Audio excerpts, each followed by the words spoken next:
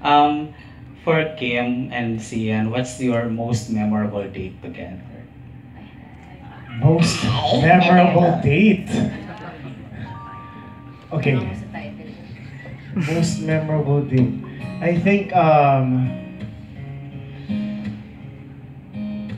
pinaka-memorable kasi yung pinaka-unang beses ko siyang tinanong if she can have dinner with me nung, tagal na 4 years ago pa.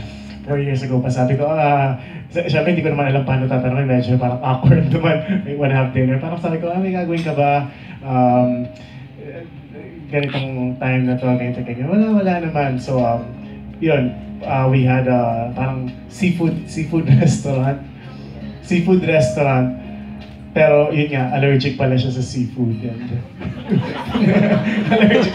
Hindi pala siya pwede sa seafood. Tapos ang expect ko, may mga tutugtog ng mga sweet na kanta. Pero hindi rin pala nila alam yung mga songs na gusto ko i-play.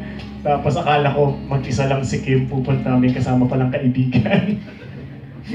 Yeah, so yeah, that's memorable for me. How about you, Kim? Ako naman, siguro yung recent, niya lang, Valentine's. Hindi talaga siya Valentine's Day. Siguro, days before Valentine's Day, parang inaya niya ako. And then, magsama daw ako. Tapos, yun yung, niya, pa-date niya na, paandar niya na land, sea, and, land, water, air na date. Kasi sumakay kami sa hot air balloon, nag-horseback riding, and nagyate kami, swimming. Tapos nag-go-kart pa kami in one whole day. So the next day, pag muna tayo mag-usap, tulog muna ako. So yun. Okay.